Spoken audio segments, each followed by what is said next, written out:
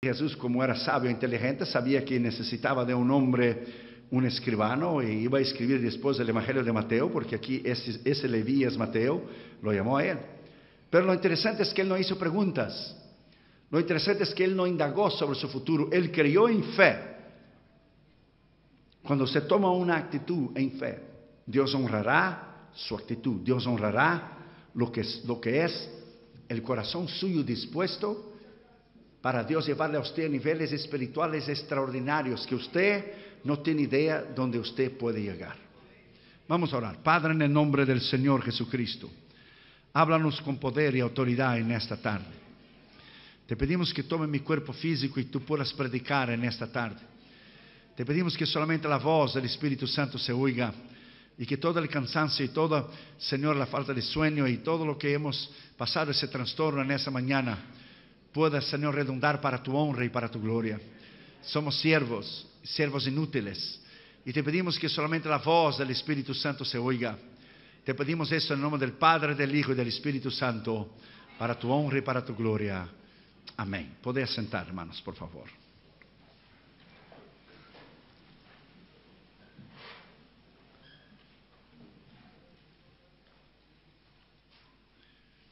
¿Qué es para usted el llamado? Llamado involucra más de un sentimiento, involucra más do que ir a un colegio bíblico, un seminario a estudiar. Un llamado es esta llama que te quema, que te penetra en el alma, en el corazón y hace que usted no la cumpla. Usted no tendrá paz. Llamado es para hombres y mujeres que están dispuestos a morir para tomar su cruz, para llevar su cruz, para pagar el precio. Hoy tenemos un evangelio sin cruz, un evangelio moderno. Y esos predicadores han venido a Chile, donde todo es dinero y todo es prosperidad. Y un evangelio sin cruz, un evangelio sin la paga del precio. Con su arrogancia y su prepotencia, creen que ahí está el poder y creen que ahí está la unción. Oh, no. Hombres llevan años para desarrollar su carácter y su personalidad y hacer de ellos hombres de Dios. Cuando el pastor Érito me dijo el año pasado, se canceló los pasajes. No hay manera de llegar a Concepción. La única manera es caro. ¿Cuántas horas son? 2 hasta Santiago y más 8, 10. Un otro ministro dijera, eso no es mi problema. Eso no está en el schedule. ¿Cómo vamos a manejar 10 horas y llegar e ir directo al púlpito? Como ahora, llegamos y vengo directo al púlpito. ¿Pero qué es ser siervo? ¿Qué es la negación y tomar la cruz? ¿Qué Dios nos dirá en aquel día? Tú estabas muy cansado. Compares tú con las 6 horas que yo cargué la cruz y estuve clavado en aquella cruz por ti. Compare lo que es tu cansancio, no comer, no dormir. Ahora lleve todos los pecados del mundo. No solamente eso, que te arranque la barba, que te pueda dilacerar tu espalda con los latigazos. Carga esa cruz pesada, 2 kilómetros hacia arriba en el Monte Calvario. No solamente eso, sienta todos los dolores de que jamás una enfermedad haya tenido en el mundo. Todo dolor, todo cáncer. Todo dolor de estómago, todo dolor en el hígado, los riñones, todo dolor, llévalo en la cruz. Cargue con el sufrimiento, cargue con el dolor, la vergüenza, con el vituperio. Ay, Dios te dirá, ¿no pudieras manejar 10 horas para llegar a Concepción? Nosotros nos hemos tornado ministros demasiadamente a la conveniencia. Lo que nos conviene, vamos. Lo que no nos conviene, no vamos. Ustedes son ministros y ustedes son pastores y usted sabe, cuando los evangelistas están dando vueltas, visitando las iglesias, lo primero que ellos hacen es llamar y preguntar, ¿y cuántos miembros tiene tu iglesia? ¿Y cuántos me vas a dar de ofrenda? Entonces estamos en un caos de ministerio, un caos de carácter. Un caos verdaderamente de llamados, de verdaderamente hombres y mujeres de Dios dispuestos a negarse a sí mismos, tomar la cruz y a morir para su ego y para su yo. La Biblia dice que el Señor estaba buscando hombres que estuvieran dispuestos a tomar su cruz. Hoy tenemos un evangelio sin cruz. Y evangelio sin cruz no es evangelio. Porque evangelio es cruz. Evangelio es sufrimiento. Iglesias en Estados Unidos no predican más contra el pecado, no predican más contra el infierno. Iglesias apóstatas, donde están para agradar a los demás. Cuando usted llegara a ese nivel de predicar para agradar a los demás, retírate del púlpito y ve a arreglar zapatos. Porque ya la unción de Dios ya se apartó de usted. Cuando Sansón estaba con los portones de la ciudad de Gaza y el poder de Dios estaba en él, y todavía Dios estaba con él, y cuando alguien le preguntara una pregunta teológica y decir, ¿quién hablaba la verdad?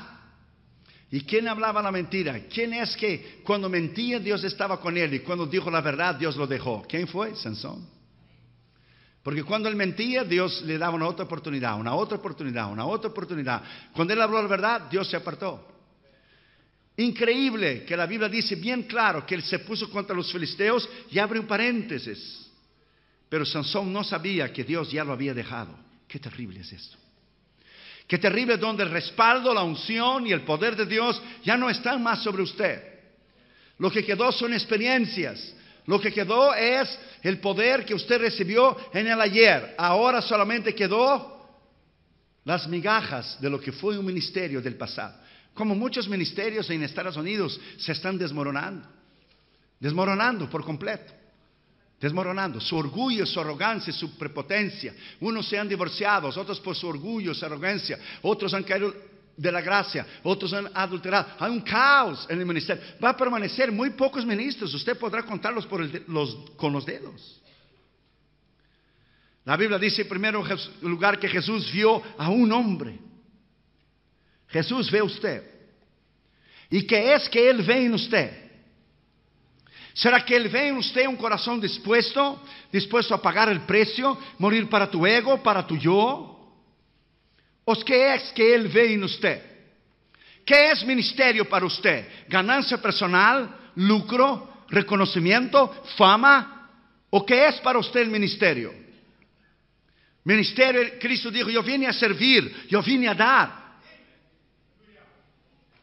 Cuando hicimos el evento en Viña el año pasado, que tuvieron 4 días para hacer el evento, porque se canceló Antofagasta. Entonces los organizadores de Viña tuvieron 4 días para hacer el evento. Fue el evento más rápido de organizado que yo jamás vi en ninguna parte del mundo. Lo organizaron una cruzada de un día en un gimnasio que no se cabía un alfiler, ahí había como 3,000 personas creo. 4 días lo hicieron. No demoró años, ni propagandas, ni radio, ni televisión. Dios tomó algunos corazones dispuestos y lo hicieron.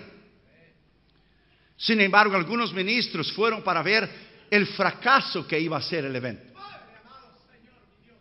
A mí me dijeron a mí que escucharon una conversación de 2 ministros y la persona que estaba oyendo la conversación no sabía que ese era pastor y dijo uno de los: hemos venido a ver el fracaso de ese evento y el fracaso del Viña del Mar y el fracaso de Josué y León. Son hombres que trabajan para el reino de Satanás. Ellos no son ministros. Ellos son hijos del diablo. Y si usted está aquí, I'm sorry.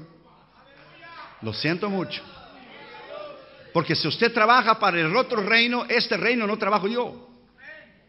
Mirar y ver el fracaso de hombres de Dios que están pagando un precio extraordinario para predicar la palabra de Dios, solo porque no incluyeron usted en el programa, solo porque usted no es la estrella del programa, o solo porque no le invitaron a sentarse en la plataforma, o solo porque usted no mencionó su concilio, su denominación. Usted todavía es un bebé espiritual, usted no debe ser ministro.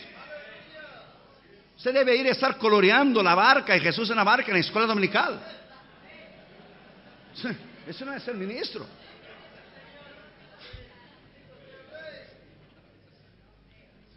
Hemos venido a ver el fracaso de la cruzada. Usted puede tener idea, esa gente trabaja para el reino de las tinieblas. Por eso habrá aquel día que el Señor va a decir: prediqué en tu nombre, no te conozco. Eché fuera de mí, no te conozco. Apartaos de mí, malditos, para el fuego eterno. Ni todo lo que brilla es oro. Hay pastores que no son salvos. Entienda eso, hay pastores que nunca han nacido de nuevo. No se han convertido todavía, ministros que no son salvos. Ellos no tuvieron la experiencia de salvación. Ellos pusieron en el ministerio porque quizás no eran profesionales o no estudiaron o no tenían otro trabajo que hacer y pusieron la iglesia porque pusieron unas bancas y una silla y un micrófono y empezaron a predicar.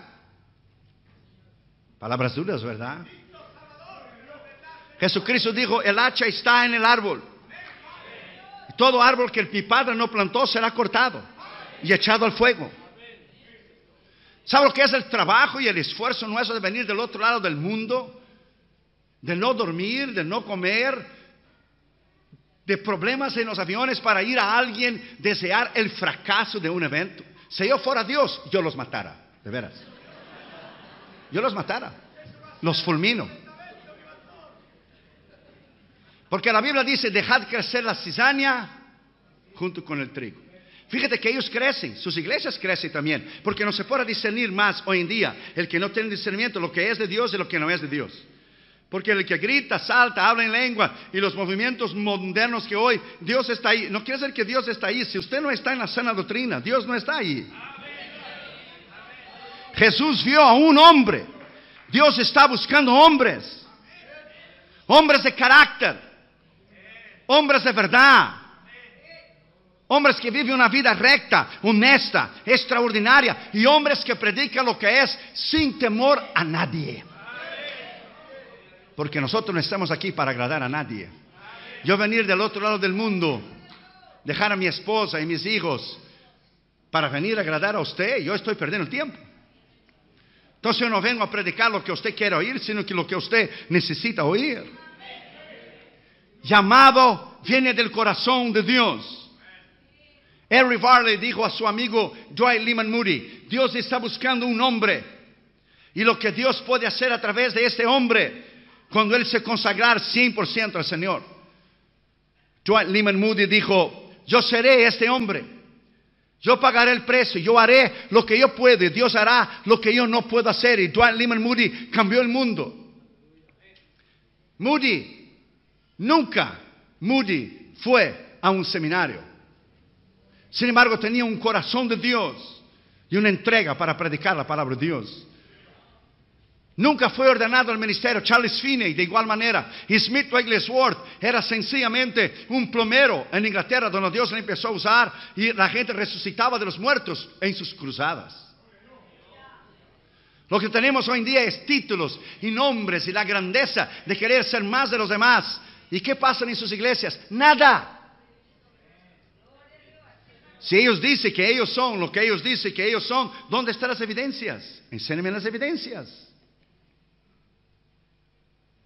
Las evidencias es que hacen el cambio. Jesús vio a un hombre. ¿Qué es que Dios te ve a usted? Vio a un hombre, a una mujer. ¿Qué es que Dios ve en usted? Cuando Dios le mira a usted, ¿qué es que Él ve en usted? Gideón estaba escondido de los midianitas. Es interesante porque me hace reír, porque el ángel le dijo a él, le dijo, ve en esa tu fuerza, varón esforzado y valiente. Y valiente, él estaba escondido de los midianitas. Dios le dio a él lo que él iba a hacer, lo que Dios iba a hacer de él. No miró el momento, no miró lo que Dios iba a hacer de él. No es lo que usted es ahora, sino lo que Dios hará de usted. Un hombre, una mujer extraordinaria para hacer sacudir el infierno. Y usted puede ser. Usted puede ser. Jesús vio a un hombre. Hombres y mujeres con el corazón, con entrega, con pasión, que no midan el esfuerzo. No miden lo que es, my friend, la fama, o el aplauso, o el reconocimiento, o el lucro, o el dinero. Hoy en día ya no tenemos siervos, ¿entiende? Siervos, hace la voluntad de su Señor. Jesús decía, yo no hablo por mí mismo. Yo no hablo por mí mismo. Mi Padre habla por mí. Entonces nosotros no hablamos por nosotros mismos. Nosotros no trabajamos para nuestros concilios ni nuestras organizaciones. Ayer comimos con el gobernador en Viña y con la alcaldesa por la noche. Entonces estuvimos con ellos, ellos abrieron las puertas para la Quinta Vergara, muy bien. Después supe que hay un conflicto político entre poder y búsqueda de poder, pero como yo soy neutro, yo no soy chileno. Yo hablo y yo regreso a Estados Unidos. Entonces, los conflictos internos, los conflictos que paran la obra de Dios por nombre o política, eso usted deja a un lado. Jesús nunca agradó a nadie. Jesús predicó lo que tenía que predicar, that's it. Y crucificaron a Cristo por las palabras que Él decía. ¿Por qué? Porque no soportaron lo que Él decía. Porque si no lo hubieran crucificado, Él estaría vivo hasta el día de hoy. Cuando Dios le ve a usted, Él vio un hombre. ¿Qué es que le ve a usted?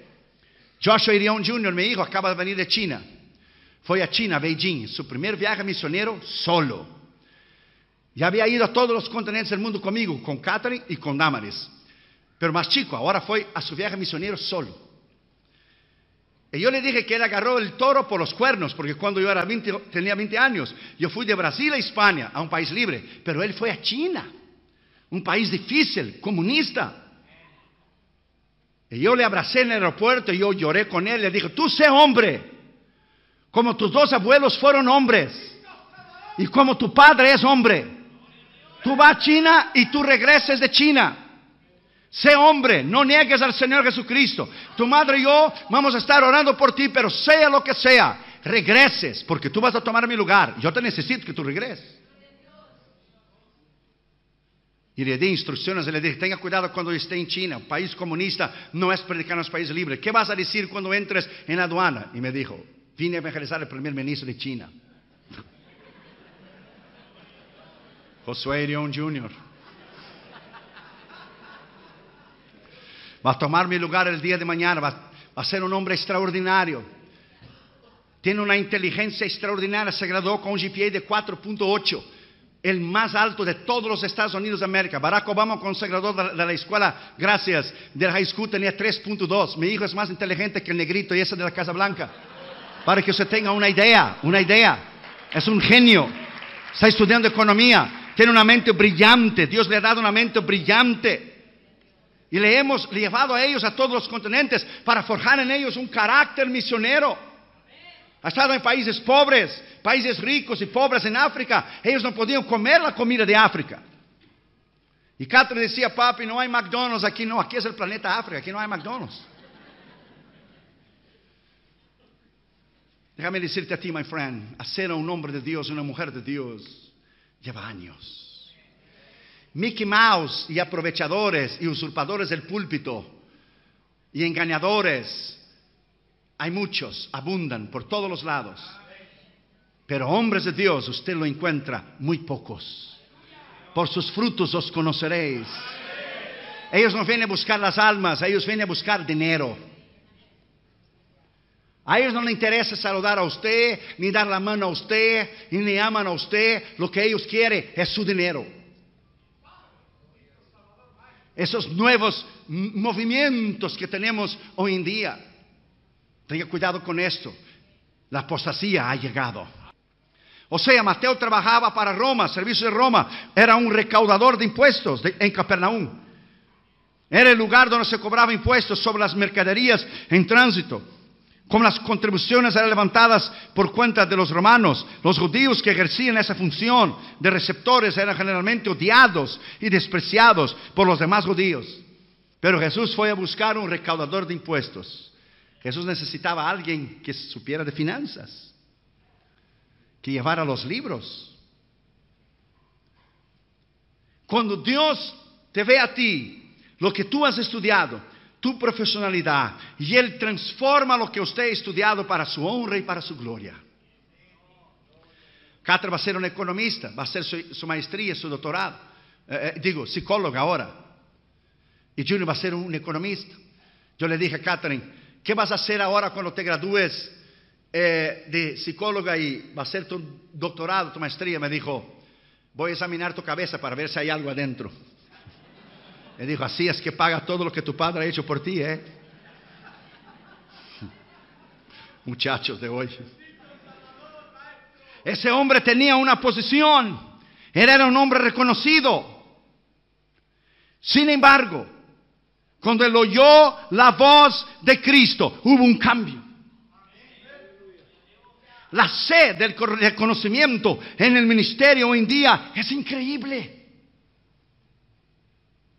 Trabajar con los pastores y hacer una cruzada con los pastores es lo más difícil que usted pueda tener día. Porque cada uno rala por su lado. Amós dice bien claro, si dos no estuvieron de acuerdo, ¿cómo podremos llevar a cabo algo? Entonces, es difícil llegar a un acuerdo, que podemos trabajar juntos en unidad. Porque está involucrado lo que es el ego del ministro, lo que es el concilio del ministro y su afiliación. Entonces hay serios problemas envueltos y siempre está la tendencia de agradar a los demás, la tendencia de agradar a los que están revestidos de autoridad. En el reino de Dios no hay eso. En el reino de Dios no existe eso. Dios no está interesado en eso. Dios está interesado que usted entienda que aquí no hay nadie grande. Grande es Jehová y digno de suprema alabanza. Aquí no hay nadie grande. Tú y yo no somos nadie. Ponga esa palabra dentro de su corazón. Somos nadie, no servimos y somos inútiles. Para que si usted cree que si usted es algo. Porque mientras tú y yo vivimos, Él dice, sois siervos inútiles. Porque después de haber hecho todo lo que debería hacer, todavía sois inútiles. Y cuando usted muere y va al cielo, solo llega bueno, porque Él dice, siervo bueno y fiel, entra el gozo de tu Señor, porque lo mejor es Él. Tú y yo nunca vamos a hacer lo mejor. Tú y yo podemos hacer lo mejor para Él, excelencia, todo lo que hacemos, pero lo más grande es Él. Lo único perfecto es Él. Tú y yo llegamos hasta un punto donde Dios nos usa para su honra y para su gloria. El año pasado fuimos a Belice, tuvimos 50,000 personas. Dios nos entregó la nación entera. Y tú llevas años para llegar ahí. No vayas a creer que se convierte hoy y vas a predicar en un estadio de 50,000 gente mañana. Dios nos entregó la nación entera. Los satanistas fueron allá y nos quisieron matar, y Dios mandó una lluvia y derrumbó los speakers y salieron corriendo y que me van a matar y me van a matar, pero perro que ladra no muere. Y me matan todos los días en el YouTube y yo sigo vivo. Y me quiere mi cabeza porque los satanistas y los homosexuales lesbianas me odian. Pero el hecho es que se reyeron de Noé, se reyeron de Moisés. That's right, se reyeron de Josué y de Samuel y de los jueces y de los profetas. Se reyeron de Cristo y de los apóstoles, los padres de la iglesia, pero no pueden parar el juicio de Dios y el poder de Dios. No le interesa lo que le diga a usted. Somos siervos de justicia. Usted predica la palabra de Dios. No interesa lo que digan de usted. Yo recibo emails que usted no tiene idea de los emails que yo recibo. Palabras ofensivas. Escriben emails de 4 o 5 hojas. Y cuando empieza solamente, ya la primera palabra ofensiva, delete. Perdieron 2 horas para escribir el email, lo deleté en medio segundo. A palabras necias, oídos sordos. Usted tiene que entender que ese hombre tenía posición. No interesa la posición que usted tenga o donde Dios le pone a usted. No interesa su posición. Cuanto más alto Dios te lleva, más bajo se tiene que caminar. Nosotros hemos estado con presidentes y primer ministros y gobernadores y reyes y reinas y jefes de estado. ¿Y qué? ¿Y so what? ¿A poco no puedo terminar el culto y usted me invitar a comer un completo ahí a la vuelta de la esquina? O comer una empanadita. Aquí hay alguien diferente de los demás. Cuanto más alto Dios te lleva, más humilde usted tiene que caminar. Posición no hace un hombre de Dios. Dios lo lleva a esa posición para Él ser glorificado, para Él ser honrado. Usted viene humildemente, usted predica su mensaje, usted no se compromete con nadie, usted predica la palabra de Dios, lo que es la verdad de la palabra de Dios. Si se ofenden, pero menos usted predicó con ética, respeto y integridad. Si se ofenden, la palabra es la verdad. Conoceréis la verdad y la verdad os hará libres. Nadie quiere oír la verdad hoy en día. Pastores quieren predicar en sus iglesias palabras suaves, palabras lindas para mantener a la gente, porque se predica discipulado, se predica la muerte del ego, se predica la muerte del yo, se predica el ayuno, la oración, se esvacía la iglesia. Esa es la verdad. Es así mismo como yo le estoy diciendo. Si usted predica en Estados Unidos un mensaje fuerte un domingo por la mañana, pues usted va a estar solo por domingo por la noche. Porque nosotros no somos agradadores de nadie. Pablo dijo, si yo agradara al hombre no fuera ministro de Cristo. Pablo dijo, me he tornado vuestro enemigo por decirles la verdad. La verdad duele. La verdad trae lo que es, que hace el corazón compungirse. Es la verdad. Nadie quiere oír la verdad hoy en día. Todos quieren ministerios fáciles, todos quieren ser famosos, todos quieren ser conocidos, shows, conciertos, humos, todos quieren tener títulos. Nadie quiere ser hoy en día un simple pastor, un simple misionero, un simple evangelista. Jesús fue carpintero. Imagínese usted, el rey del universo acaba de pasar la Navidad, nació en un pesebre, en un establo, en el medio de los camellos, de las vacas, de los bueyes, que debería tener un olor terrible ese establo. Ahí él nació. Él no nació en el Central Plaza, en New York City. Él no nació en el Hotel La Harpe, allá en París, que yo fui a preguntar cuánto era la noche. $16,000. Una noche. Donde estaba hospedada la princesa Diana, la noche que ella murió en su accidente en París. Yo solo pedí al pastor, baja rapidito, bájame aquí. Bájame aquí rapidito delante de ese hotel durante nuestra cruzada en París. Solo voy a preguntar cuánto cuesta la noche. Y entro yo y predico, excuse me ma'am, do you have a room? ¿Tienes un cuarto disponible? Yo estaba de traje y corbata, no me veía tan mal, pero para un hotel de $16,000 era un andrajoso. La mujer dijo, oh yeah, sure. Here's the card. You have to make a reservation 6 months before. 6 meses antes. $16,000. $16,000 la suite presidencial. Oh, no problem. Thank you. Oh, no hay problema. Gracias. Oh, my God. Ahí el mundo está. La fama, la posición, el tener, el ser grande. El mundo busca todo eso. Busque el reconocimiento. ¿Dónde está Elizabeth Taylor? ¿Dónde están sus joyas? ¿Dónde está Michael Jackson? Tenía tanto dinero que no podía ni dormir. Las pastillas de dormir, usted sabe. Héctor está aquí. ¿Dónde está Héctor? Jesús vino, se lo llevó. Oh, ya está. Usted sabe que las pastillas de dormir, pregúntele, hay 1 miligrama, 2, 3, 4 y 5. Cuando viajo, como aquí en Chile, que la diferencia de hora, 6 horas. Cuando ahí es medianoche en California, aquí usted está amaneciendo, entonces es muy cansado para mí. Casi no duermo nada. Entonces tiene que tomar la mitad de 1 miligrama. Porque si no, usted se torna dependiente toda la vida. Pero aquellos que toman la 1, la 2, la 3, la 4, la 5. Michael Jackson ya no funcionaba ni la 5. Tenía que inyectarlo el propofol. Tenía $400 millones cuando murió. Cuando llevó el trancazo, ni se dio cuenta. Cuando bajó allá abajo y ya estaba quemando, se dio cuenta que murió durmiendo. ¿Dónde está su dinero?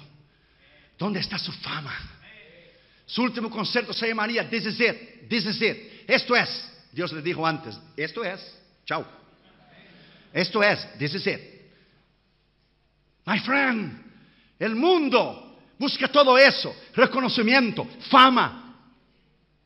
Pero hoy en día nadie quiere ser chico, nadie quiere estar detrás de la cortina, en intercesión, en oración, de día y de noche orando, como Daniel Nash. Daniel Nash fue el colaborador de Charles Finney, nadie lo conoce.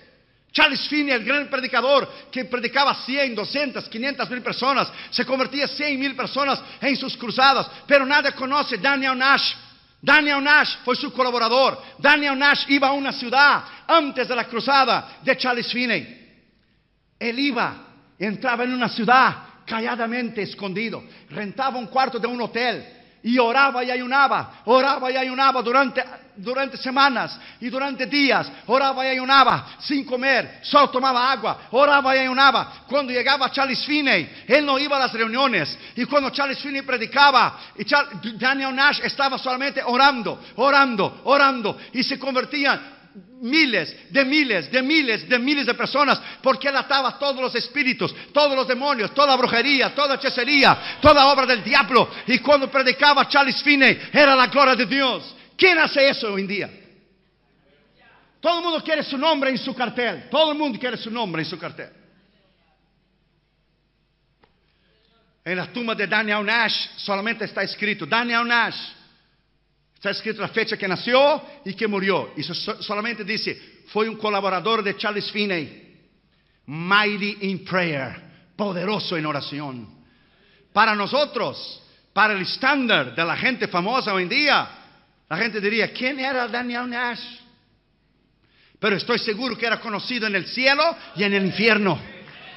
Conocido en el cielo y en el infierno.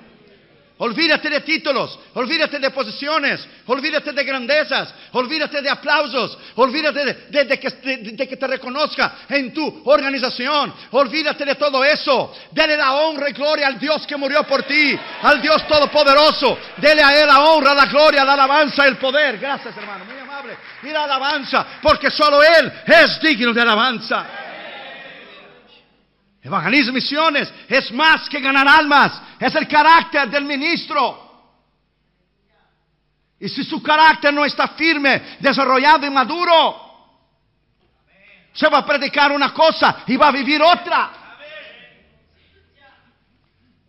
Tercer lugar, dice, y este hombre se llamaba Mateo. Ponga tu nombre ahí. Y ese hombre se llamaba Josué Erión. Y ese hombre se llamaba Hérito Espinosa. Y ese hombre se llamaba Héctor Muñoz. Y ese hombre se llamaba ahí Rodolfo Tapia. Y ese hombre se llamaba Patricio.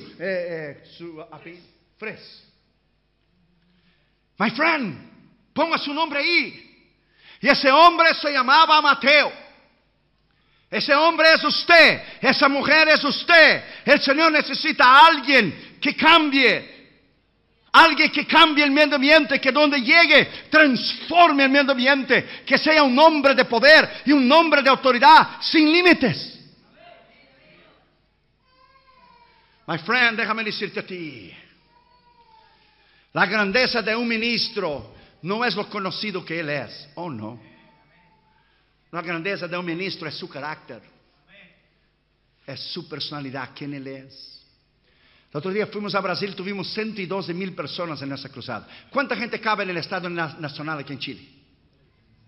¿Cuánta? Sí, recuerda, cuando Brasil gana de Chile, recuerda ahí. ¿Cuánta gente cabe? Recuerda, haz memoria. 80, 60,000. También me acuerdo cuando Chile quitó a Brasil de la Copa América y hizo 2-0. También me acuerdo. Pero nosotros no jugamos con Chile, entrenamos. No es cierto, perdimos y perdimos bien.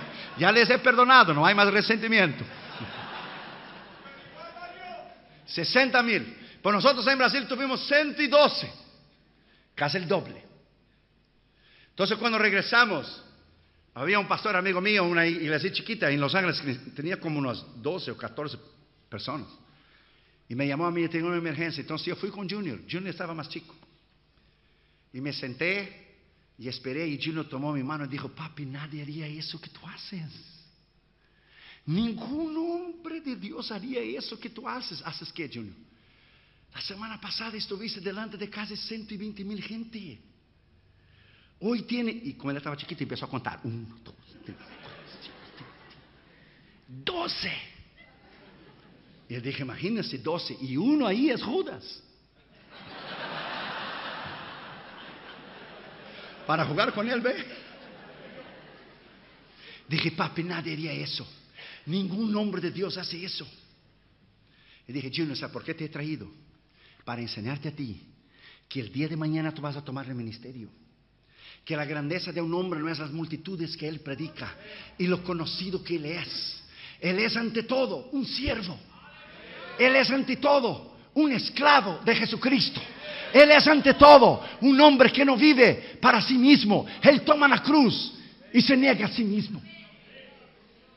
Prediqué aquel día. Estaba el pastor, su esposa, un hijo que tocaba el órgano, el diácono que abría la iglesia, uno que cerraba, uno que limpiaba, 12 personas. Entonces cuando prediqué, pasó adelante el pastor llorando y yo pensé conmigo, dije algo que no debería decir. Ahí el pastor llegó delante en la plataforma, sacó una carta, la rasgó y dijo, vine a renunciar al ministerio esa noche. Si no hubiera venido Irión, no hubiera renunciado al ministerio. Y lloró y se rodeó y pedimos que orara por él.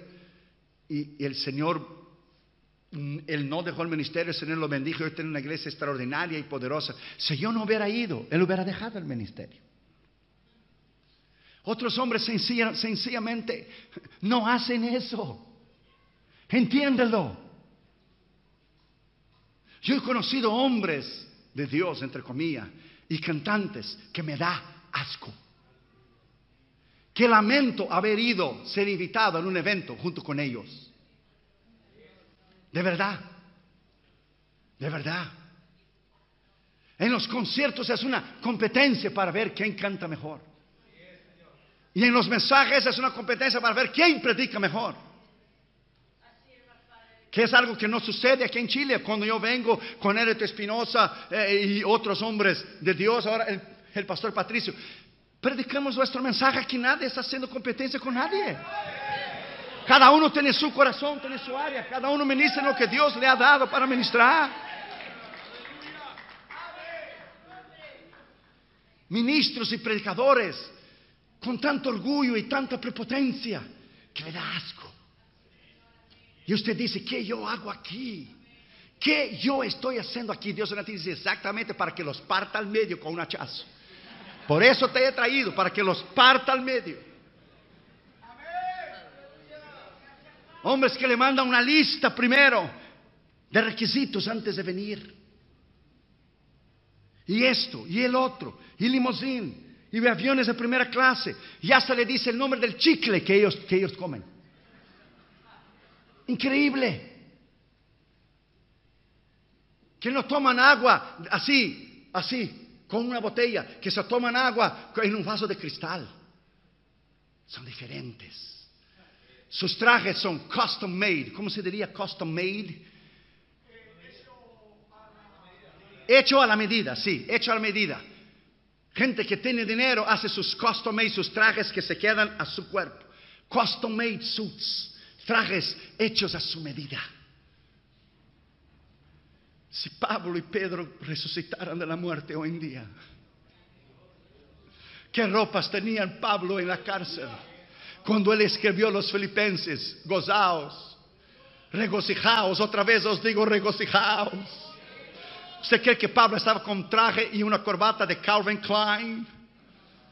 ¿Usted cree que estaba Pablo con uno de los mejores trajes en la cárcel? ¿Qué hemos hecho del Evangelio? ¿Qué hemos hecho del Evangelio?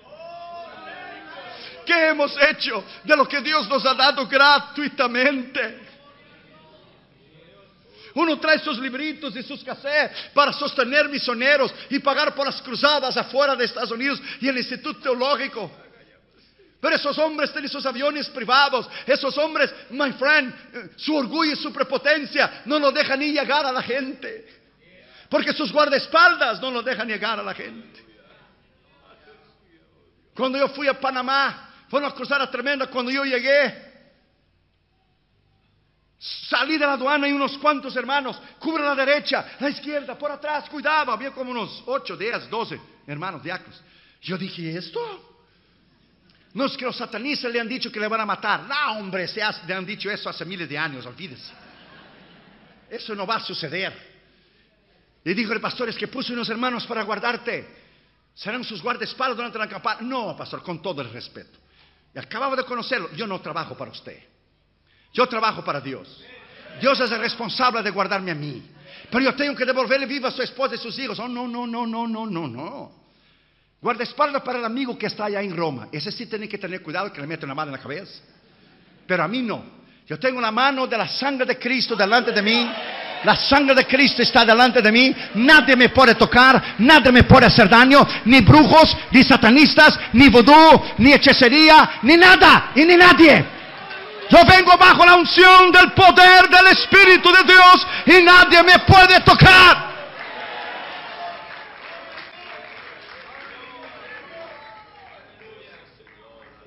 Ahora estábamos en Miami porque fuimos a lanzar el volumen 1 y el volumen 2 a nivel mundial del habla hispana. Y llegó un gran ministro conocido allá en Atlanta, de los grandes en Atlanta, en Miami. Llegó con sus guardaespaldas porque él es chiquito. Una cara de tamal que tiene, de burrito, de tamal. Orgullosamente llegó con sus guardaespaldas, una adelante, una a la derecha, otra a la izquierda, otra atrás. Nosotros estamos sentados en la mesa con los pastores, empezamos a reírnos de la ridiculez.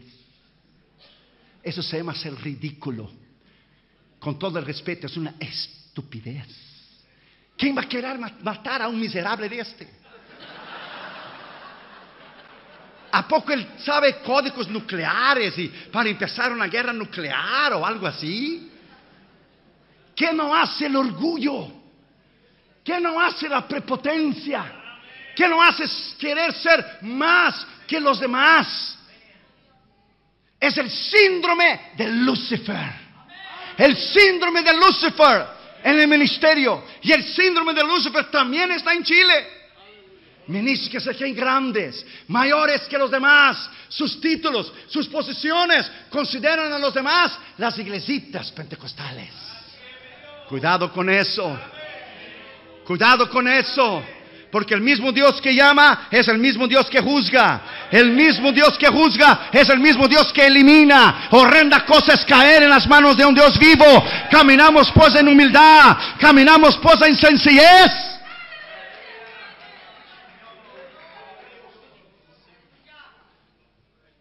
Se llamaba Mateo. Cuarto lugar, dice Jesús, le dijo a ese hombre, sígueme. Imagínese usted sentado en su trabajo. Digamos que usted tiene un trabajo de cajero o un trabajo que usted esté sentado en un banco. Y de momento usted ve al Señor Jesucristo delante de usted. ¡Qué impacto! Que aquellos ojos penetrantes le miren a usted. ¿Cómo usted va a decir no? Que Jesús lo mira a él y le dice, sígueme. Y usted no queda mudo. Porque es el Dios del universo que le está llamando a usted el ministerio.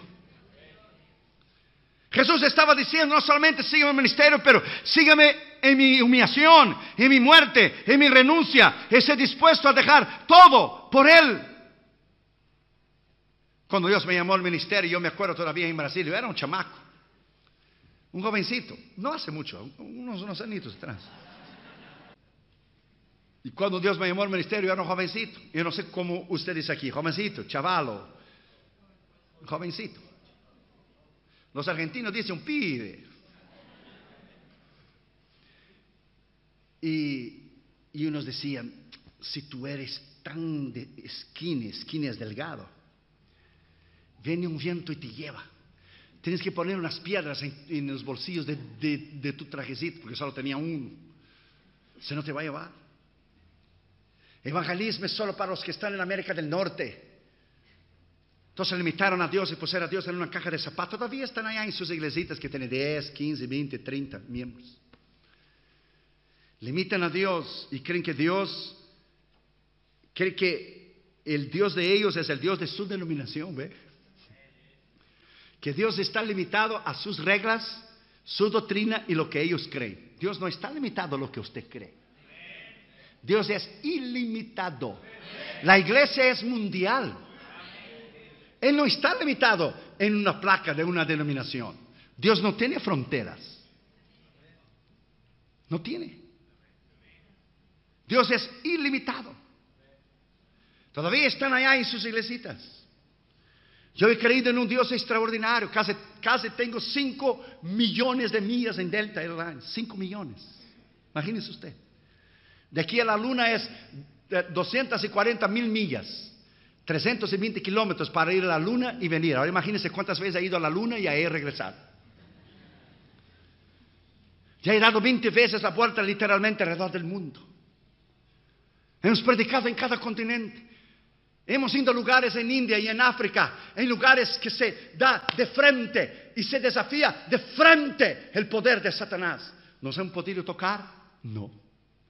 ¿Satanistas nos han podido matar? No. En India intentaron envenenar nuestra comida y salían los cocineros afuera y miraban a nosotros y empezaban a reírse y nosotros no sabíamos por qué se estaban riendo. Es que habían envenenado la comida y nosotros pedíamos más todavía. Y no sabían cómo era posible que estábamos vivos. Y yo cuando tengo hambre, tengo hambre. Y como esos steaks, esos lomos chilenos sabrosos así. Y después fuimos a descubrir los organizadores que ellos envenenaron la comida. Y estábamos como los jóvenes y con Daniel, cada vez mejores. Nos han intentado apedrear en India, nos intentaron matar, nos intentaron hacer cosas increíbles. No pueden hacer. No necesito de guardaespaldas. Solo necesito de un hombre que esté conmigo solo. Y que esta sangre esté conmigo de día y de noche. Nadie me podrá tocar. La evidencia, ponga esa palabra en su corazón. Cuando usted es criticado como somos nosotros, cuando hay oposición, cuando hay resistencia, es la evidencia de la aprobación de Dios a tu vida y a tu ministerio. Es la evidencia que Dios te está usando. Es la evidencia que el poder del Espíritu Santo reposa sobre usted. Cuando usted no tiene lo que es crítica y persecuciones y resistencia y oposición, usted no es llamado al ministerio. Ponga esa palabra dentro de su corazón. Cuando todo le va bien y todo es dinero y toda es prosperidad, con esos predicadores que hay por aquí en Chile también. Cuando todo es eso y todo le va bien con usted, es porque Dios ya le ha abandonado a usted. John Wesley una vez dice en su diario: oré al Señor y pregunté una mañana, ¿por qué es que ya no estoy siendo perseguido? Porque cuando le predicaban en las ciudades le echaban para afuera. Y John Wesley dijo en su diario: ¿por qué es que ya no me persigue, ya no me echa fuera de la ciudad? Y él bajó de su caballo y oró y dijo: Señor, yo debo estar en pecado. Yo debo estar en pecado porque la Biblia dice: aquel que vive piadosamente en Cristo tendrá que padecer persecución. Y hace rato que todo el mundo habla bien y que no hay persecución y todo el mundo me acepta en sus iglesias. Hay algo que está mal. Entonces él se rodeó y empezó a orar. Cuando él estaba orando, estaba pasando un hombre y lo reconoció y dijo: ese es el tal de John Wesley Él estuvo en mi ciudad la semana pasada. Le tomó un ladrillo y le aventó en la cabeza de John Wesley. Y le aventó y el ladrillo pasó raspando su oreja. Y John Wesley, cuando miró el ladrillo que casi lo mata, se puso de pie y dijo: gracias al Señor, gracias, porque ahora sé que no estoy en pecado. Gracias, Dios, ahora yo sí sé que estoy cumpliendo con el ministerio. Gracias, Señor, porque sé que estoy siendo perseguido. Usted no tiene idea de los emails que yo recibo de los satanistas. Hemos puesto su nombre en el pentagrama y hemos orado a Satanás para destruir usted.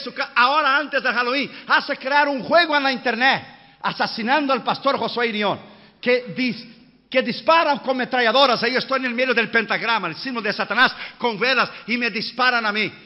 Y Dame les dijo: apaga eso, no lo veas, a mí no me hace nada. Dios debe estarse riendo con eso. Cada tiro que lo echa en la computadora, esos videogames, más unción y más poder Dios me da, y más puerta y Dios me abre, y más gloria, el poder de Dios. Dios derrama su gloria y su poder. A mí no me hace nadie. A mí no me hace nada nadie. Cargar con esta unción de Dios es tremendo. Cargar con ese poder de Dios es tremendo.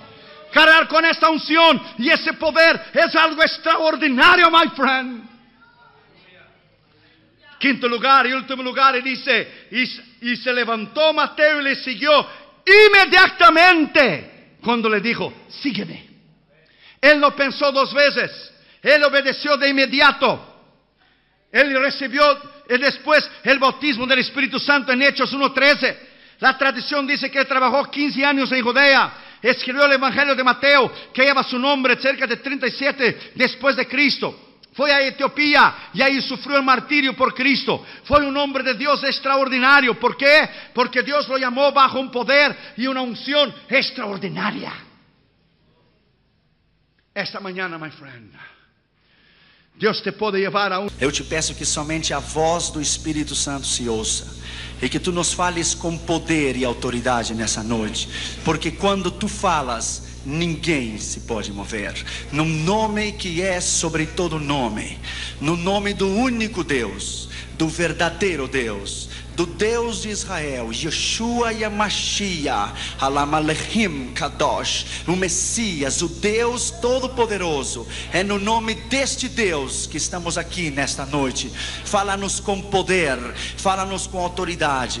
Importa que eu diminua e que tu cresça, e que tu sejas louvado nesta noite, sabendo que a excelência está em um vaso de barro, para que a glória e a honra seja tua. Te pedimos isso no nome do Pai, do Filho e do Espírito Santo. Amém. Poder sentar, por favor. Obrigado. Deus é maravilhoso. Deus é maravilhoso. A Ele a honra, a glória, o louvor para sempre.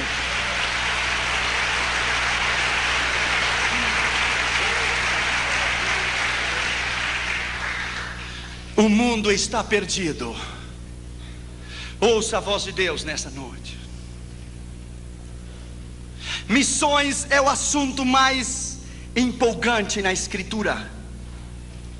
Tudo o que Deus faz, Ele faz através de missões. Escute.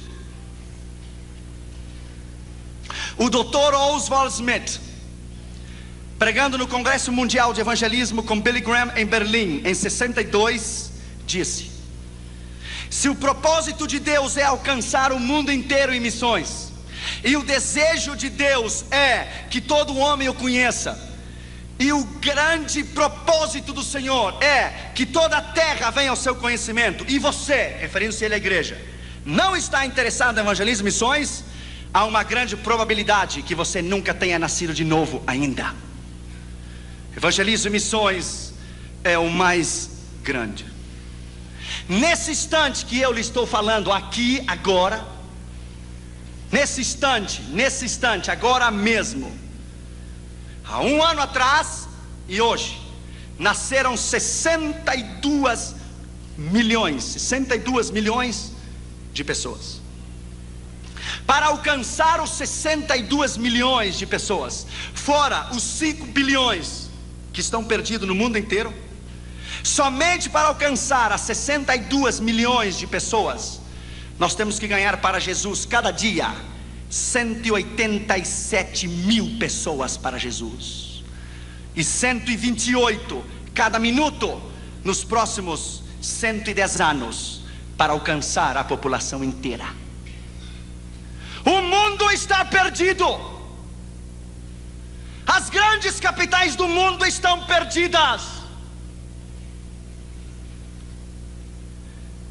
No mundo inteiro há 56 mil missionários. Se cada missionário fosse ganhar para Jesus as pessoas que eu lhe vou dizer, ele levaria o tempo que eu lhe vou dizer. 5 bilhões de pessoas. Cada missionário deve alcançar para Jesus 254 milhões de pessoas. Se você quer dividir América do Norte, Central e do Sul, África do Norte, Central e do Sul, Oceania, Austrália e a Europa, você vai encontrar que cada missionário deve ganhar 8 milhões e 928 mil pessoas para Jesus diariamente, até que o mundo inteiro conheça Jesus.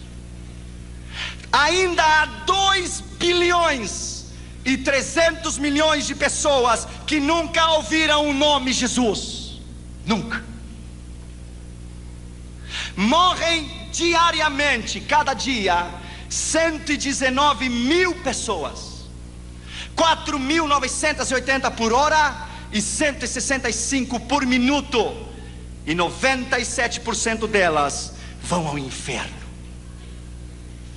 Existem 16.810 povos étnicos e sociais que estão perdidos, que nunca ouviram o nome de Jesus. Somente na Ásia Meridional e África Central são 880 milhões de pessoas. 96% do mundo inteiro está nas mãos do diabo. 96%. No primeiro dia que eu fui dar a classe na Universidade William Carey, na Pasadena, o assistente do Dr. Ralph Winter, que é um grande missiologista, ele pediu a palavra e disse: Dr. União, você me dá uma oportunidade? Claro, a universidade é sua. Ele foi introduzido para eu dar a classe. Escute o que ele disse. Ele disse, ele é um americano com o cabelo loiro e os olhos azuis, e ele disse para toda a classe: eu estava orando, disse ele, eu estava orando, e eu disse ao Senhor: como alcançaremos o mundo inteiro? E o Senhor lhe disse: nós quem? E ele disse: nós, os americanos. E Deus lhe disse: sua oração é egoísta, para de orar porque eu não vou ouvi-la. Ele disse: Senhor, você sabe que o mundo não pode ser alcançado sem nós. Deus disse: sim pode ser. E Deus disse a ele: o seu tempo terminou. Ele disse: Senhor, é impossível. Deus lhe disse 2 vezes: o seu tempo terminou. Olhe para os hispanos dos Estados Unidos e da América Latina. Ore e olhe para os hispanos em todos os Estados Unidos e América Latina e o mundo inteiro, incluindo o Brasil da fala portuguesa. Veja toda a América Latina, porque não são vocês que terminarão a tarefa da grande comissão mundial, são os hispanos e os da fala portuguesa que alcançarão este mundo para mim. Eles terminarão a tarefa da grande comissão mundial. Sabe quem são? É você e sou eu. São os hispanos dos Estados Unidos e da América Latina. A América Latina está em chamas. Por isso o amigo de Roma veio em 5 anos 4 vezes na América Latina, porque ele sabe que o seu tempo terminou. Nós vamos alcançar este mundo para Jesus. Os cavalos ainda estão correndo no hipódromo, ainda não terminou a corrida. Poderá faltar uma volta, mas ainda nós não terminamos a última volta. Você vai à Índia e você vai encontrar 330 milhões de deuses em Índia.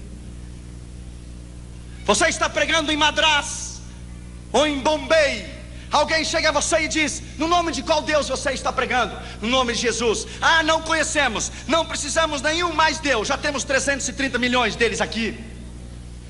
Você vai em Papua Nova Guiné e às 4 da tarde o céu, sexta-feira às 4 da tarde, o céu se torna verde, azul e amarelo. Às 4 da tarde, a nação inteira de Papua Nova Guiné está adorando ao diabo às 4 horas da tarde, cada sexta-feira. No quarto do seu hotel, as suas entranhas se comovem. O próprio diabo vem para matar você. A força das trevas é tão grande, e você olha desde o 13º andar do seu hotel, e o céu está vermelho, está amarelo, está verde. Se estão queimando incenso a Buda, a Confúcio, a Hare Krishna, ao diabo. E Deus vem e diz a você: estou buscando alguém para chorar comigo. Estou buscando alguém para sentir o que eu sinto. Estou buscando alguém para velar comigo, nem que seja 1 hora só. 70 milhões de africanos não conhecem a Deus, jamais ouviram uma vez só o nome Jesus, nenhuma. Em primeiro lugar, a Bíblia diz que Jesus viu a um homem. A tradição diz que havia 220 cobradores de impostos, 110 à mão esquerda e 110 na mão direita, na rua, na estrada que ia a Cafarnaum. Dos 220, Jesus viu aquele homem. De todo o Brasil inteiro, Jesus viu você. Ele olhou você. Ele escolheu você. Não importa de onde você venha, não importa o seu nível educacional, se tem o primário ou o segundo grau, uma universidade ou um doutorado, ou Deus, o que importa, o que Ele pode fazer através de você, e Ele pode fazer uma bomba da sua vida. Quando Deus me chamou ao ministério, alguns pastores do Rio Grande do Sul olharam para mim: que evangelismo mundial? Tu? Deus só usa os olhos azuis e o pelo loiro, e está lá na América do Norte. Então eu era mais fraco, claro, agora a cubana me tem tratado melhor. Mas antes eu era tão fraco que quando o meu pijama tinha uma linha só, e se eu ia saltar a vara dizia para mim: chegou a minha vez de saltar. Um pastor me disse: você deve colocar pedras no seu bolso, você é tão fraco que um vento leva você. Ainda eles estão lá no seu tradicionalismo, colocaram a Deus dentro de uma caixa de sapato e o disseram: fique aqui. E fazem 40 anos que tem 15 ou 20 membros. Eu tenho dado 16 vezes a volta ao redor do mundo, 16 times. Porque eu creio que quando Deus chama, quando Ele chama, Ele capacita. Quando Ele capacita, Ele envia. Quando Ele envia, Ele supre. E quando Ele supre, Ele respalda. É a unção do Espírito Santo e o poder da autoridade do Senhor que o chama, que o capacita, que o envia, supre e respalda.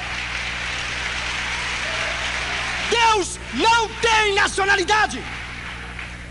Deus não precisa de passaporte, porque para Ele não há portas fechadas.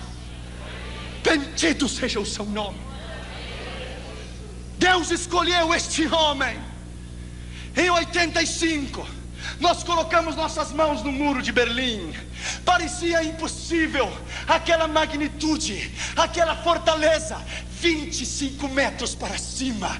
De cada 20 metros, uma casinha com um soldado e uma metralhadora. E o arame farpado de pua em toda a Europa Oriental.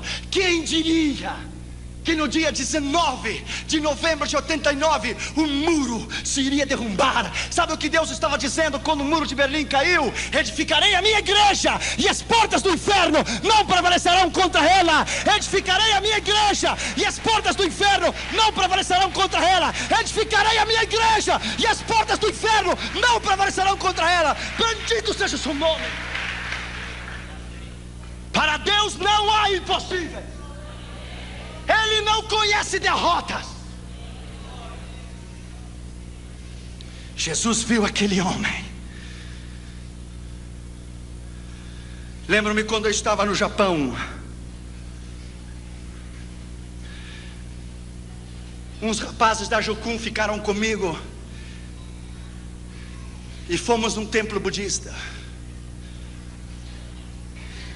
Eu dei a volta detrás da cortina e estava o sacerdote budista queimando incenso a Buda. E eu lhe disse: posso falar contigo? Ele disse: oh, you are in a holy place. Você está em um lugar santo. Ele disse: que é a holy place? Nothing. Holy place, nada holy place. Eu olhei para ele e disse: quantos anos faz que você queima incenso a Buda? 18. E nesses 18 anos ele abriu os olhos e viu você. Oh, I don't think so. Eu não creio. Então você tem um Deus cego. Perhaps, talvez. Nesses 18 anos ele estendeu a sua mão para você e ele lhe deu a mão. Oh, I don't know. Não creio. Então você tem um Deus manco também. Manco se diz? Nesses 18 anos ele abraçou você. Ele caminhou até onde você está e lhe deu um abraço? Não. Então tem um Deus paralítico também. Nesses 18 anos ele ouviu você falar? Não. Então tem um Deus surdo também. Então enfim você tem um Deus surdo, cego, paralítico, manco. Eu olhei para ele e disse: mas eu vou lhe apresentar a um Deus aqui e agora que cura os cegos, que faz caminhar os paralíticos. Um Deus que ouve a oração. O seu nome é Jesus. 20 minutos depois, as lágrimas caíam pela sua face. Começou a tirar aquela indumentária, jogou na cara de Buda, disse: eu não preciso mais de você, você é o velho, gordo e feio. I have Jesus in my heart. Eu tenho a Jesus no meu coração. Eu não mais preciso de você. Somente basta você pregar. A palavra é poder. A palavra é poder. Basta você dizer: Jesus te ama. It is power. Jesus viu aquele homem. Jesus viu você. Escute. Em uma relação sexual de um homem e uma mulher, o esposo e a esposa, quando ele atinge o clímax e ele ejacula, ele libera 680 milhões de espermas. Esses 680 milhões de espermas, ele caminha pela ureta, ele caminha por dentro da vagina, pela ureta, até chegar ao útero. Ele caminha 9 centímetros. São 680 milhões de espermas. O tamanho de 680 milhões de espermas são 8 quilômetros de crianças. 680 milhões de crianças empilhadas 11 vezes uma em cima da outra. Quando seu pai teve relação sexual com a sua mãe, e quando ele ejaculou, os 650 milhões de espermas que saíram de seu pai, Deus olhou você, e quando ele o viu, ele colocou os olhos em você, e todos correram para o útero da sua mãe, e todos deram, alguns morreram ao caminho, e todos deram com ímpeto para entrar no óvulo. E quando Deus viu você, Ele lhe disse: corra, campeão, corra, eu tenho um plano com a sua vida. Corra, eu amo você. Quando você estava dando para entrar no óvulo de sua mãe, Deus veio em você e disse: precisa de uma mãozinha? Entra, eu tenho que usar você. Entre, eu preciso de você. Você é o meu escolhido, eu quero usar você. You are mine, você é meu. Yes, you are mine. Por isso você está aqui.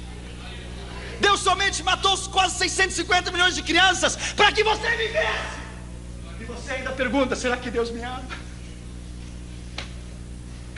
Deus tem um plano contigo. Segundo lugar, ele estava sentado no banco dos tributos públicos. Esse homem tinha uma posição, lugar onde se cobravam os impostos. Ele tinha uma posição, ele era um homem importante. Lembro-me quando Deus me chamou. Há 15 anos atrás eu passei por Belo Horizonte. Eu vim sozinho do Rio Grande do Sul. Cheguei aqui na rodoviária, coloquei a minha malinha nas costas e caminhei da rodoviária até a rua Carijós, ou Tapajós, Tamoiós, something like this. É Os, é por aqui. E vim a Jocum. Há 15 anos atrás eu comi aquele sopão da Jocum. Era tanta graxa que quando você virava o prato para baixo, não caía a sopa, porque estava pegada no prato, não podia cair. Aqui na Jocum me deram uma picareta, um pico para fazer um poço, e as minhas mãos ficaram cheias de calhos.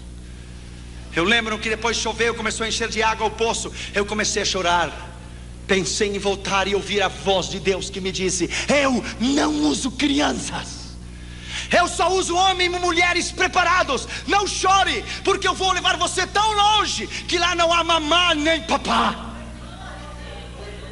Lá no norte da África, muitos anos depois, na Espanha primeiro, depois no norte da África, com um pão só, velho de muitos dias, 5, 6 anos, colocamos em cima da mesa e tentamos quebrar o pão com a mão, e quase quebramos a mão, não o pão.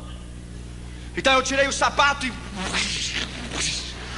e quebrei, e as migalhas caíram por toda a mesa, e começamos a tomar as migalhas, e as migalhas se misturaram com as lágrimas, e Deus vem a você e diz: smile, sorria, Jesus te ama. Assim eu queria vê-lo. Aqui não há mamãe nem papá, não tem ninguém. Você está só.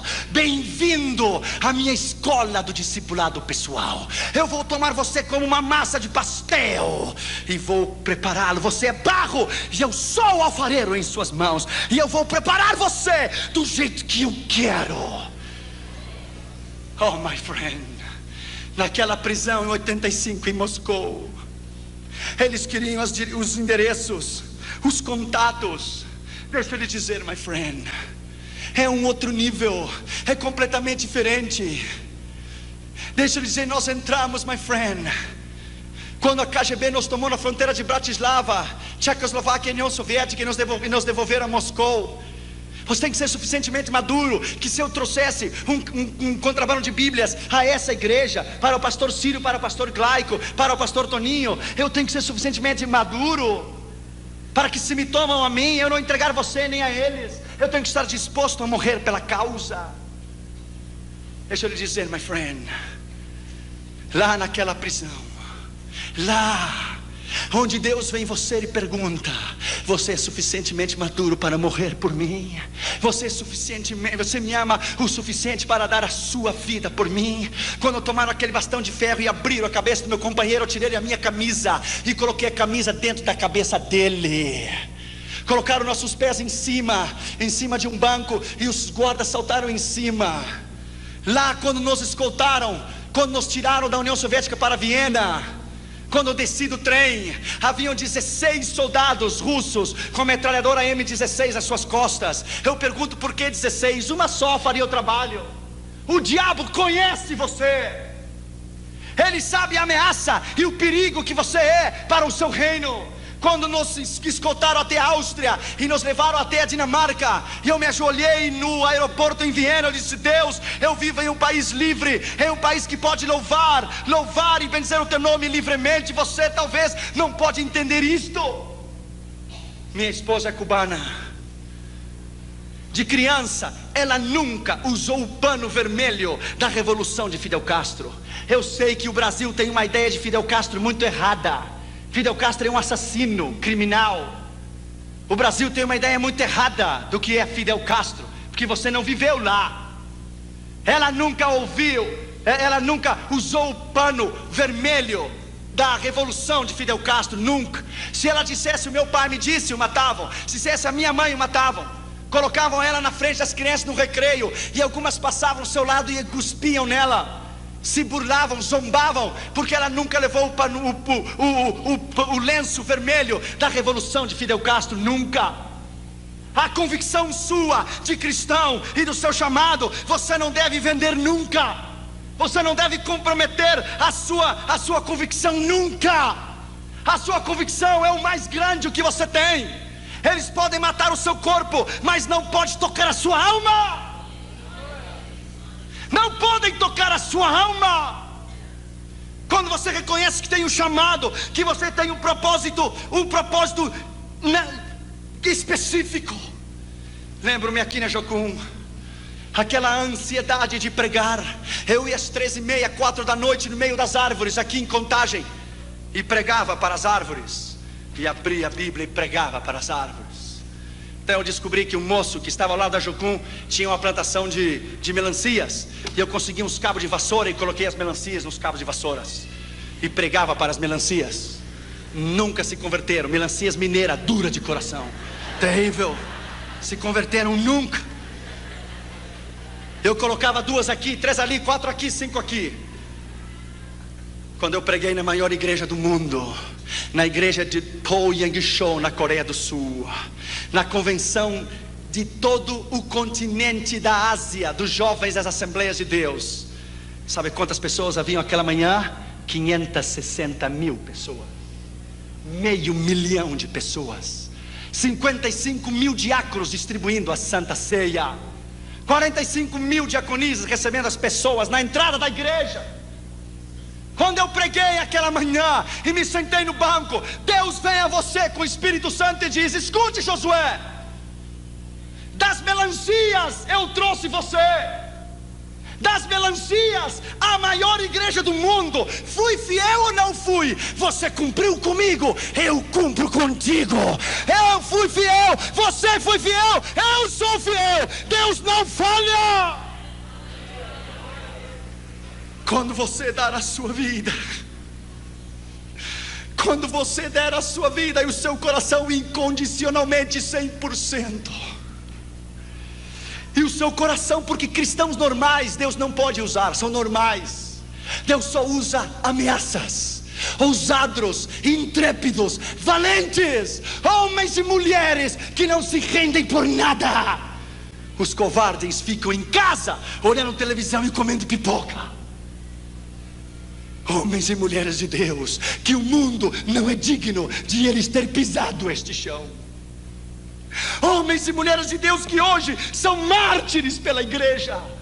Pastores cubanos que até hoje, pastores batistas, são fuzilados por Fidel Castro e colocam uma venda nos seus olhos e morrem dizendo: abaixo o comunismo, louvado seja o nome de Jesus para sempre, aleluia. Talvez você não pode entender, porque o que os olhos não vê, o coração não sente. Você tivesse estado comigo em 93, na União Soviética, você tivesse estado lá, uma senhora, pastor Glaico, nós levamos 16 mil Bíblias, e quando demos uma Bíblia para uma irmã, ela tomou aquela Bíblia, ele olhou para ela, abriu, começou a beijá-la e disse: é minha, é minha, é minha. E começou a olhar para ela e disse: faz 42 anos Stalin me tirou. Stalin me tirou a única que eu tinha. Ela é minha, ela é minha. E colocou no seu peito e começou a abraçá-la, abraçá-la. Se ajoelhou e chorava e dizia: é minha, é minha, é minha, é minha. E olhou para mim e disse: filho, não me dê dinheiro, não me dê roupa, não me dê nada. Eu quero Deus, quero Deus, me dá Deus. Eu quero Deus, me dá Deus. Eu quero Deus, por favor, me dá Deus. Talvez você não pode entender, porque você vive num país livre. Talvez você não pode entender o que é a China comunista ter uma Bíblia para cada 69 igrejas. Na Igreja Batista Central de Pequim há uma Bíblia enorme, com uma corrente no meio da Igreja Batista Central de Pequim.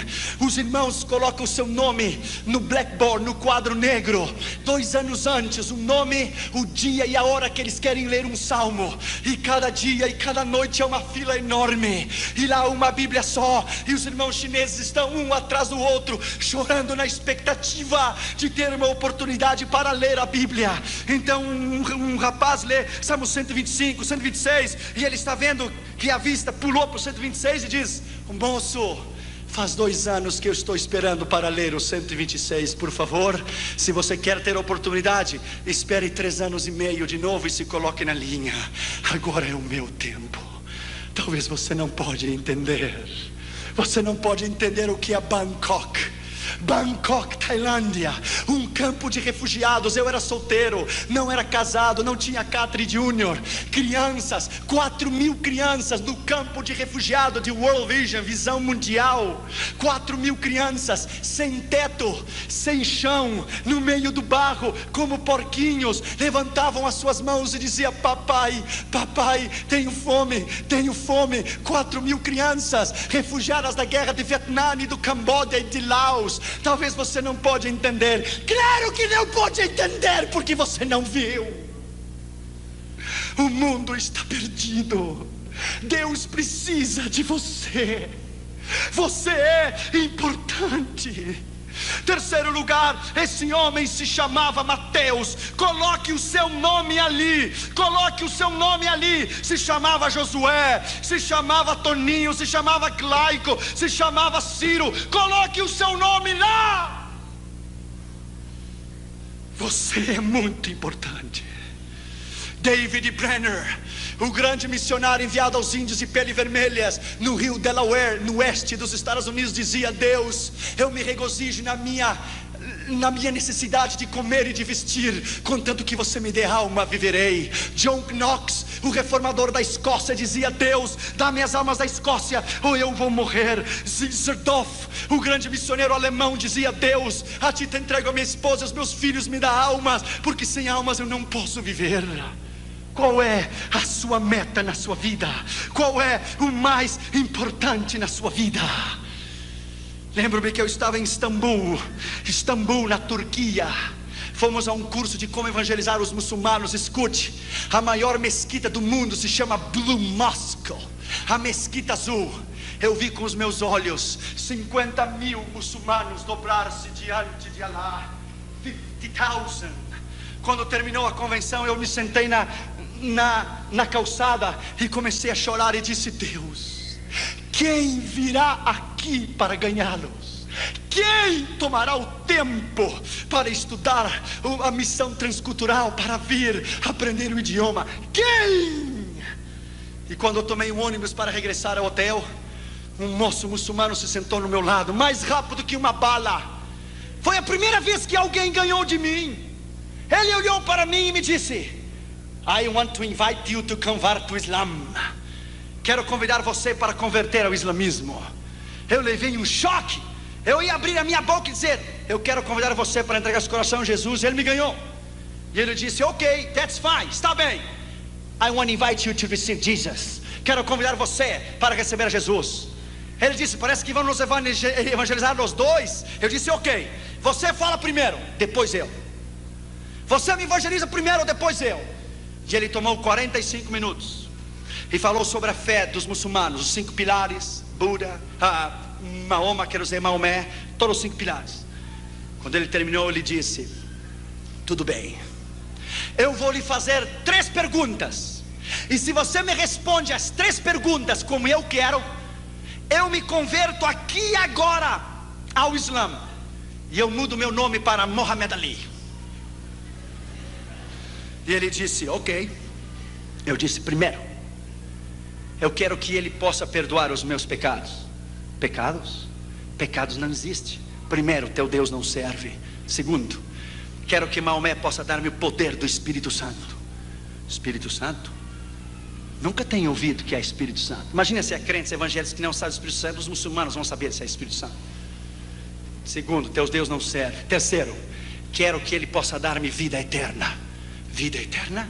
Não existe vida eterna. Terceiro, teu Deus não serve. Para eu lhe dar o tiro de graça, ele disse: ok, se eu vou contigo a Meca, na Arábia Saudita, os ossos de Maomé estão lá. Oh não, ele ressuscitou. Não, ele não ressuscitou, ele está lá. E ele desceu, não subiu. Ele está no inferno, porque ele teve a oportunidade de receber a Jesus e não quis. Se eu vou a Meca, lá estão os guardas cuidando da tumba, da sepultura de Maomé, porque os seus ossos estão lá. É ou não é? Não é. Ele está lá. Mas a diferença entre você e eu é essa: que eu vou a Meca e Maomé está lá. Mas se você vem comigo a Jerusalém, e se você vem comigo à tumba de Jesus, ele não está lá, porque a sua tumba está vazia, porque ele ressuscitou dos mortos. Yes! Bendito seja o seu nome. Ele se levantou dos mortos. Ele não está lá. Essa é a diferença. Então ele começou a chorar. Ele disse: well, there is no God like Jesus. Não há Deus como Jesus. Well, my friend, there is no God. Não há Deus como Jesus.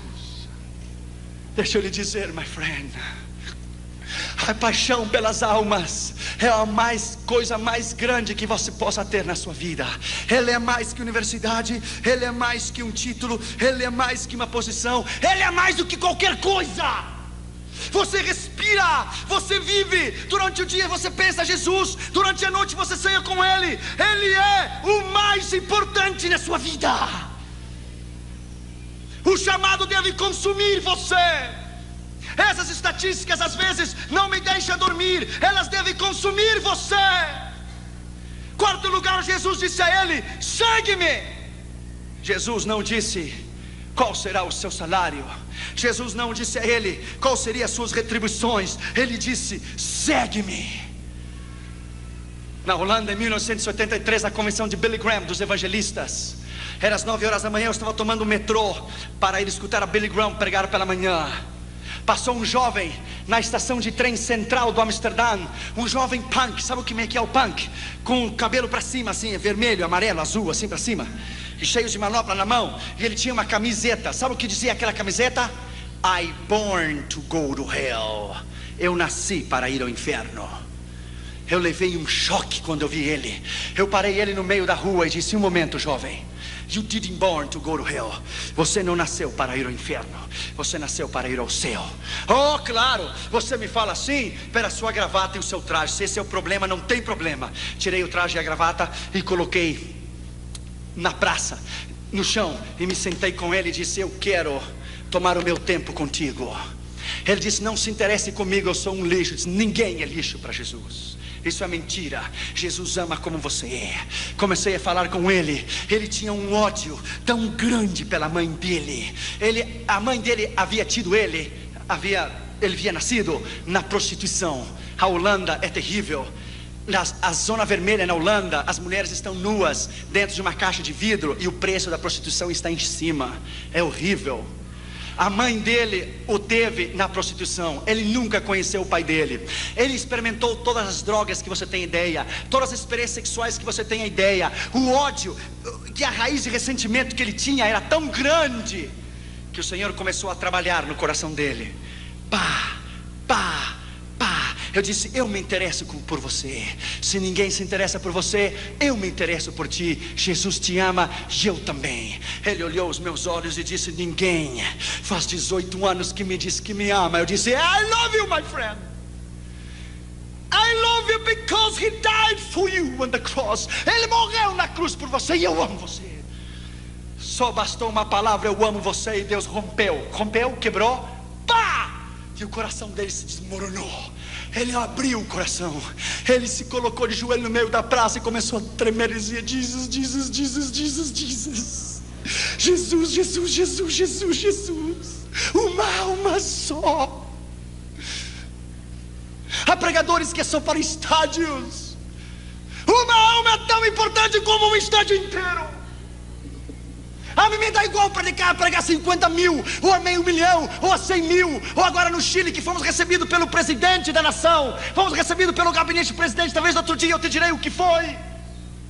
A mim me dá igual pregar em um estádio, pregar uma pessoa, a um mendigo. A palavra é igual, o poder é igual, o sangue de Jesus é igual, o seu sacrifício é igual.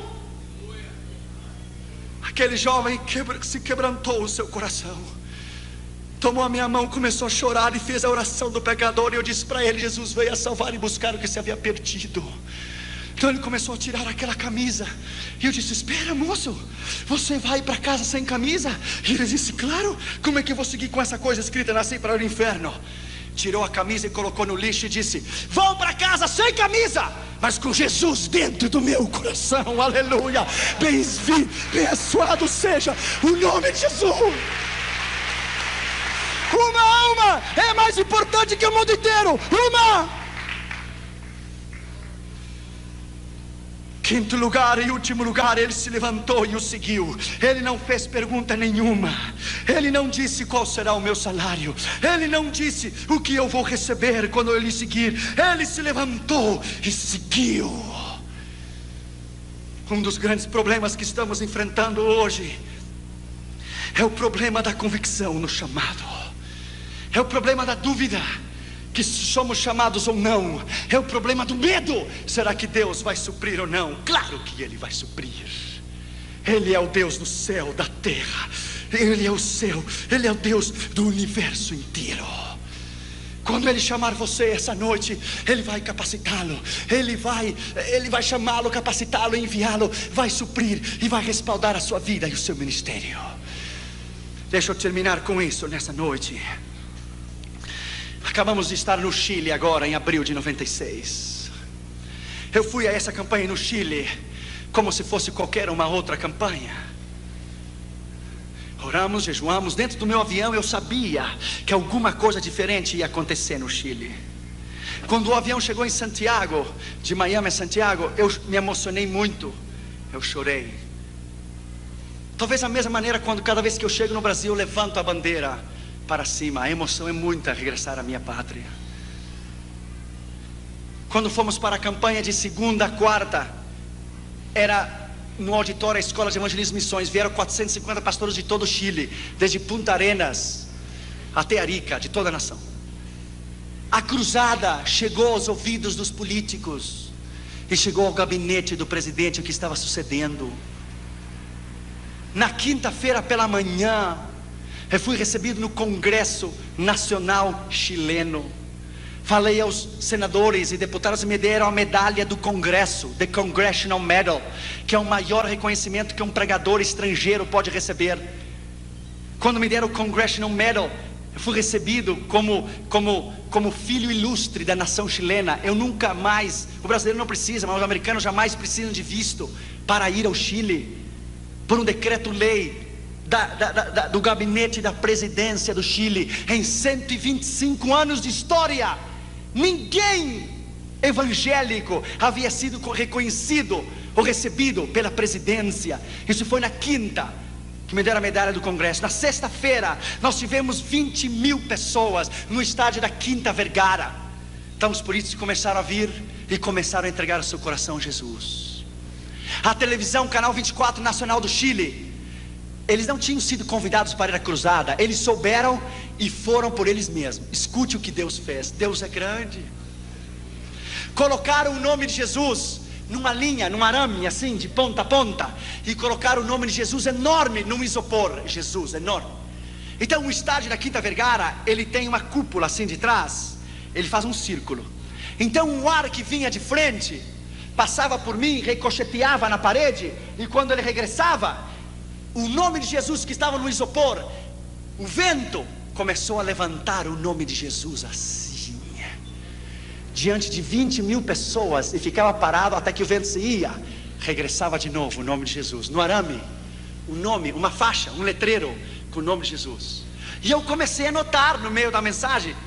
Aí Deus soprava de novo, e o ar pegava de trás e regressava, passava por mim, porque eu sentia nas minhas costas, e levantava o nome de Jesus, coisa mais linda, no meio do estádio, mão para cima. Eu parei a mensagem, parei e disse: não me filme a mim, não, eu não sou ninguém. Firme a esse nome que é o nome sobre todos os nomes. Firme a esse nome, que o seu nome é Jesus. Este nome é a solução para Chile, é a solução para o presidente, para os seus governadores, para os seus ministros. Esse nome transformará a nação chilena. O rapaz que estava filmando levou um choque. Ele começou a olhar, filmando, esqueceu que estava filmando, colocou a câmera no chão, começou a chorar, deu a volta atrás da câmera, se ajoelhou, e a câmera dele própria filmou ele recebendo a Jesus via satélite a toda a nação chilena. O camarógrafo do Canal 24 do Chile inteiro. Isso é o que Deus faz, escute bem.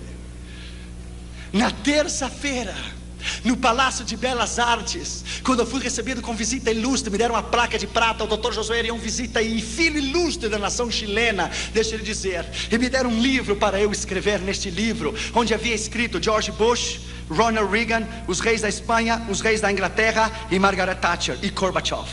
Quando eu tomei aquele lápis, aquela caneta para escrever naquele livro, todas as minhas memórias de 15 anos atrás voltaram à minha mente.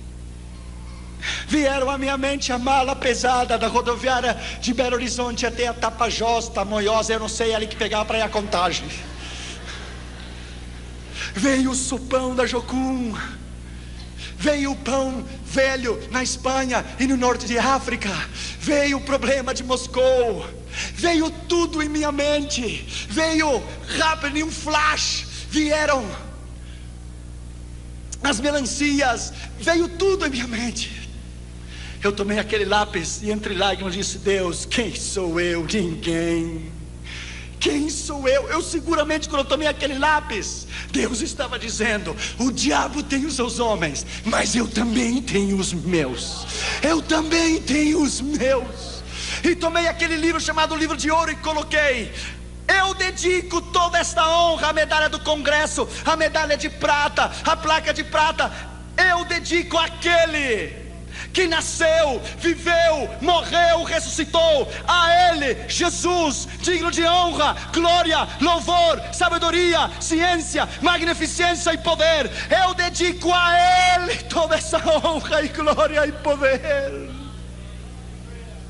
Sabe o que Deus diz numa hora dessa? E depois ao presidente, e depois aos ministros e à igreja. Sabe o que Deus diz?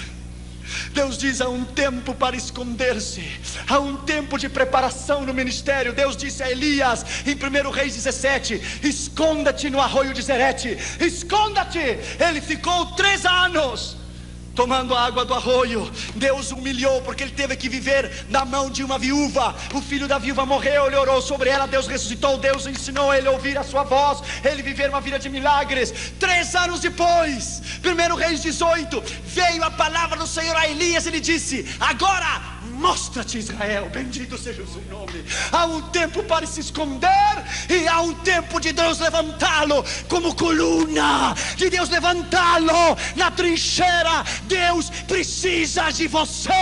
Deus tem um plano contigo. Você não é qualquer coisa.